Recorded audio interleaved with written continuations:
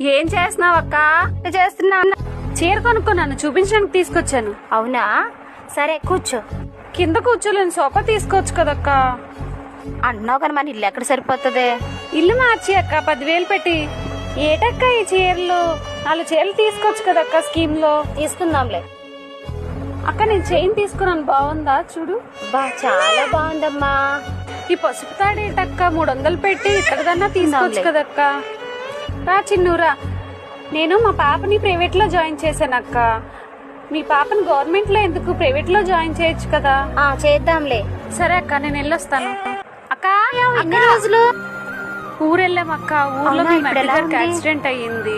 ఈఎంఐలు కట్టలేక చాలా ఇబ్బందులు పడుతున్నామక్క. ఇంట్లో కూడా చాలా ఇబ్బందిగా ఉందక్క.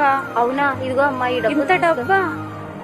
తీసుకోమ్మా. చూడమ్మా, ఈ వస్తువు కొనాలి ఆ వస్తువు కొనాలి అని లేనిపోని ఆడంబరాలకు పోయి ఈఎంఐల్లో తీసుకుని బాధపడకూడదు. అంతలో పొదుపు చేసుకుని